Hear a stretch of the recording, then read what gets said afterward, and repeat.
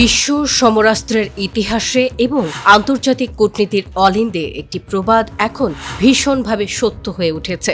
ইসরায়েলের মতো পরম বন্ধু যার পাশে থাকে তা ধ্বংসের জন্য আলাদা কোনো শত্রুর প্রয়োজন পড়ে না। মধ্যপ্রাচ্যের রণক্ষেত্রে মার্কিন যুক্তরাষ্ট্রের বর্তমান শোচনীয় দশা যেন এই প্রবাদেরই এক জীবন্ত এবং অকাট্য দলিল। ওয়াশিংটনের সবচেয়ে প্রভাবশালী গণমাধ্যম ব্লেজিং ওয়াশিংটন পোস্ট আজ এক চাঞ্চল্যকর ও হাড়হিম করা ইনভেস্টিগেটিভ রিপোর্ট সামনে এনেছে। পারস্য উপসাগরের যে যুদ্ধের আগুনে গত কয়েক মাস ধরে পুরো মধ্যপ্রাচ্য পুড়ে খাক হয়েছে, তার পর্দার আড়ালে লুকিয়ে থাকা এক পরম সত্য এবার বিশ্ব মঞ্চে উন্মোচিত হলো।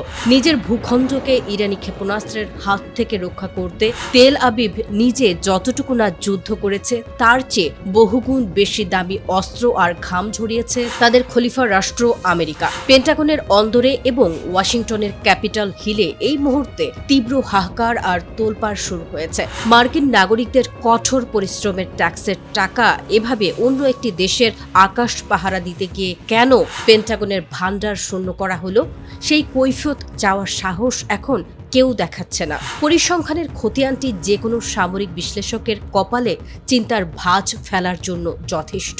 এই যুদ্ধ চলাকালীন মার্কিন ফৌজ তাদের সবচেয়ে ব্যয়বহুল এবং অত্যাধুনিক প্রযুক্তির থার্ড এয়ার ডিফেন্স সিস্টেম থেকে একযোগে 200টিরও বেশি ইন্টারসেপ্টর ক্ষেপণাস্ত্র আকাশে ছুড়েছে। এই সংখ্যাটি কতটা প্রলয়ঙ্করী তা বুঝতে স্রেফ এতটুকুই যথেষ্ট। এটি আসলে পুরো আমেরিকার মোট থার্ড মজুদের প্রায় অর্ধেক।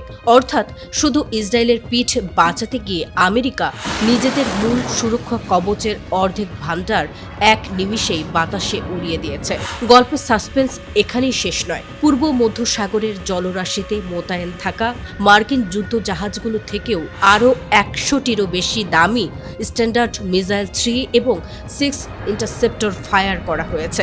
অথচ এই একই সময়ে ইসরায়েল নিজে তাদের দূরপাল্লার অ্যারো ইন্টারসেপ্টর ব্যবহার করেছে 100টিরও কম। কুইন্সি ইনস্টিটিউটের নির্বাহী ভাইস প্রেসিডেন্ট ত্রিতা পার্সি সামাজিক যোগাযোগ মাধ্যমে নিজের ক্ষোভ উগরে দিয়ে লিখেছেন, এই সমীকরণ এক কথায় স্তম্ভিত করে দেওয়ার মতো এবং সাধারণ মানুষ যদি একে আমেরিকার চেয়ে ইসরায়েল প্রথম নীতি বলে গালি দেয় তবে তাদের মোটেও দোষ দেওয়া যাবে না। এর চেয়েও ভয়ঙ্কর তথ্য এনেছে নিউ ইয়র্ক টাইমস। ওয়াশিংটন ও তেল আবিব আপ্রাণ চেষ্টা করেছিল বোমা বর্ষণ করে ইরানের ক্ষেপণাস্ত্রের আস্তানাগুলো মাটির সাথে মিশিয়ে দিতে, কিন্তু মার্কিন গোয়েন্দাদের সেই কৌশল সম্পূর্ণ মুখ থুবড়ে পড়েছে। কারণ এত যুদ্ধের পরেও ইরানের মোবাইল ক্ষেপণাস্ত্র লঞ্চার এবং বিশাল সমরাস্ত্রে সজ্জিত বাংকারগুলোর প্রায় 70% এখনও সম্পূর্ণ অক্ষত এবং অক্ষুণ্ণ রয়েছে।